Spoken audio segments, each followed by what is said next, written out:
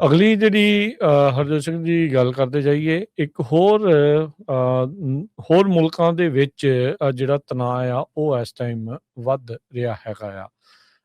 ਇਸ ਵਾਰੀ ਜਿਹੜੀ ਸਿਚੁਏਸ਼ਨ ਆ ਉਹ UAE ਤੇ ਸਾਊਦੀ ਅਰੇਬੀਆ ਦੇ ਦਰਮਿਆਨ ਬਣ ਚੁੱਕੀ ਹੈਗੀ ਆ।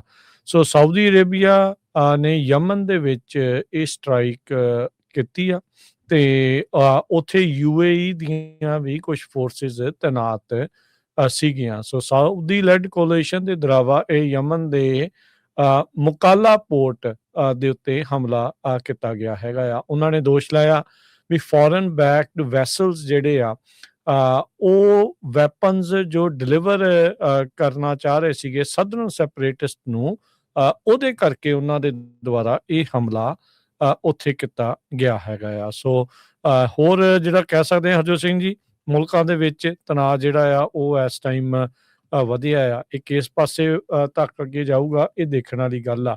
ਉੱਦਾਂ UAE ਨੇ ਹੁਣ ਇਹ ਐਲਾਨ ਕਰ ਦਿੱਤਾ ਆ ਵੀ ਉਹ ਆਉਂਦੇ ਸਮੇਂ ਦੇ ਵਿੱਚ ਜਿਹੜੀਆਂ ਆਪਣੀਆਂ ਫੋਰਸਿਸ ਆ ਉਹਨਾਂ ਨੂੰ ਉੱਥੋਂ ਵਾਪਸ ਬੁਲਾਉਣ ਜਾ ਰਹੇ ਆ। ਵਿਡਰੋ ਜਿਹੜਾ ਉਹ ਕਰ ਲੈਣਗੇ।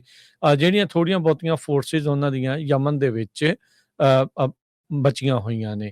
ਸੋ ਇਹ ਸਾਊਦੀ ਅਰੇਬੀਆ ਦੇ ਦੁਆਰਾ ਜਿਹੜਾ ਬੰਬ ਆ ਇਹ ਕੀਤਾ ਗਿਆ ਆ ਯਮਨ ਦੇ ਵਿੱਚ। ਯਮਨ ਦੇ ਵਿੱਚ ਆਲਰੇਡੀ ਪਿਛਲੇ ਲੰਮੇ ਸਮੇਂ ਤੋਂ ਵਾਰ ਜਿਹੜੀ ਆ ਲੜਾਈ ਆ ਉਹ ਚੱਲ ਰਹੀ ਆ। 2 ਸ਼ਿਪਸ ਦੇ ਉੱਤੇ ਦੋਸ਼ ਆ ਵੀ ਉਹਨਾਂ ਦੇ ਦੁਆਰਾ ਕੰਬੈਟ ਵਹੀਕਲਸ ਤੇ ਜਿਹੜੇ ਵੈਪਨਸ ਆ ਜਿਹੜੀਆਂ ਸੈਪਰੇਟਿਸਟ ਫੋਰਸਿਸ ਸਾਊਦੀ ਦੇ ਉਲਟ ਲੜ ਰਹੀਆਂ ਆ ਉਹਨਾਂ ਨੂੰ ਮੁਹੱਈਆ ਕਰਾਉਣ ਦੇ ਲਈ 2 ਸ਼ਿਪਸ ਦੇ ਜ਼ਰੀਏ ਇਹ ਸਮਾਨ ਲਿਆਂਦਾ ਜਿਹੜਾ ਹੋ ਜਾ ਰਿਹਾ ਸੀਗਾ।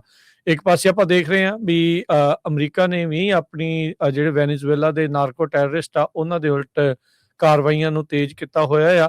ਤੇ ਆਈ ਥਿੰਕ ਦੂਜੇ ਮੁਲਕਾਂ ਤੋਂ ਵੀ ਆਪਾਂ ਦੇਖ ਸਕਦੇ ਹਾਂ ਵੀ ਉਹਨਾਂ ਨੂੰ ਇਹ ਲੱਗ ਰਿਹਾ ਆ ਵੀ ਹਾਂ ਜੇ ਅਮਰੀਕਾ ਵਾਲੇ ਕਰ ਸਕਦੇ ਆ ਤਾਂ ਦੂਜੇ ਮੁਲਕ ਵੀ ਉਸੇ ਚੀਜ਼ ਤੋਂ ਅੱਗੇ ਵਧਦੇ ਹੋਏ ਆਪੋ ਆਪਣੇ ਪੱਧਰ ਦੇ ਉੱਤੇ ਕਾਰਵਾਈ ਹੁਣ ਕਰ ਰਹੇ ਆ। ਸੋ ਸਾਊਦੀ ਅਰੇਬੀਆ ਤੇ ਨੇ ਯਮਨ ਦੇ ਉੱਤੇ ਹਮਲਾ ਕੀਤਾ ਜਿੱਥੇ UAE ਦੀਆਂ ਫੋਰਸਿਸ ਸੀ ਤੇ UAE ਨੇ ਜਿਹੜਾ ਆ ਉਹ ਹੁਣ ਵਾਪਸ ਜਿਹੜੇ ਫੌਜੀ ਆ ਉਹਨਾਂ ਨੂੰ ਬੁਲਾ ਲਿਆ ਹੈਗਾ ਆ। ਸੋ ਯਮਨ ਦੇ ਜਿਹੜੇ ਪ੍ਰੈਜ਼ੀਡੈਂਸ਼ੀਅਲ ਕੌਂਸਲ ਨੇ ਰਾਸ਼ਦ ਅਲ ਅਲੀਮੀ ਉਹ ਜਿਹੜੇ ਕਿ ਸਾਊਦੀ ਅਰੇਬੀਆ ਦੁਆਰਾ ਬੈਕ ਕੀਤੇ ਜਾ ਰਹੇ ਆ, ਉਹਨਾਂ ਨੇ ਅਕਿਊਜ਼ ਕੀਤਾ ਵੀ UAE ਡਾਇਰੈਕਟ ਕਰ ਰਿਹਾ ਫੋਰਸਿਸ ਨੂੰ ਵੀ ਇਹ ਯਮਨ ਦੇ ਵਿੱਚ ਸਾਡੇ ਉਲਟ ਸਟੇਟ ਦੀ ਅਥਾਰਟੀ ਦੇ ਉਲਟ ਜਿਹੜਾ ਉਹ ਚੱਲੇ ਤੇ ਮਿਲੀਟਰਲੀ ਉਹ ਐਸਕੇਲੇਟ ਕਰ ਰਹੇ ਆ। ਸੋ UAE ਦੇ ਉੱਤੇ ਜਿਹੜੇ ਹਰਜੋਤ ਸਿੰਘ ਜੀ ਦੋਸ਼ ਲਗਾਏ ਜਾ ਰਹੇ ਆ ਵੀ ਜਿਹੜਾ ਤਖਤਾ ਪਲਟਣ ਦੀ ਕੋਸ਼ਿਸ਼ ਕਰ ਰਹੇ ਆ, ਸੱਤਾਧਾਰੀਆਂ ਨੂੰ ਲਾਂਭੇ ਕਰਨ ਦੀ ਕੋਸ਼ਿਸ਼ ਕਰ ਰਹੇ ਆ ਤੇ ਜਿਹੜੀ ਉਹ ਉਹਨਾਂ ਦੇ ਹਿਸਾਬ ਦੇ ਨਾਲ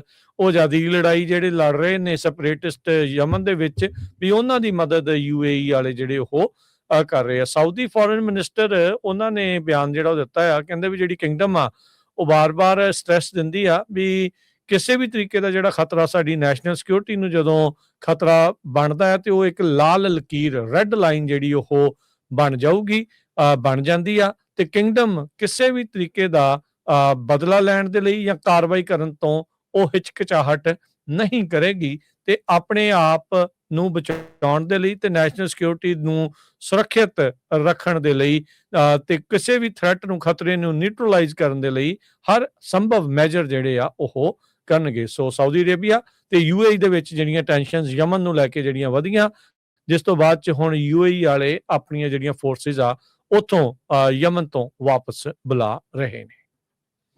ਜੀ ਬਿਲਕੁਲ। ਸੋ ਲੋਕਲੀ ਜਿਹੜਾ ਹੁਣ ਇਹ ਉੱਥੇ ਨਵਾਂ ਇੱਕ ਜੰਗ ਵਾਲੀ ਸਿਚੁਏਸ਼ਨ ਬਣੀ ਆ ਕਿਉਂਕਿ UAE ਵਾਲੇ ਸਪਲਿਟ ਕਰਨ ਦੀ ਕੋਸ਼ਿਸ਼ ਕਰ ਰਹੇ ਸੀ ਯਮਨ ਦੇ ਵਿੱਚ। ਸੋ ਹੁਣ ਦੇਖਦੇ ਆ ਅਮਰੀਕਾ ਵਾਲਿਆਂ ਨੇ ਇਹਦੇ ਉੱਤੇ ਕੋਈ ਕਿਸੇ ਤਰ੍ਹਾਂ ਦਾ ਜਿਹੜਾ ਬਿਆਨ ਆ ਉਹ ਨਹੀਂ ਦਿੱਤਾ। ਦੋਨੋਂ ਹੀ ਮੁਲਕ ਇਹਨਾਂ ਦੇ ਮਿੱਤਰ ਹੀ ਨੇ ਉਦਾਂ ਜੇ ਦੇਖਿਆ ਜਾਵੇ ਤਾਂ। ਜੀ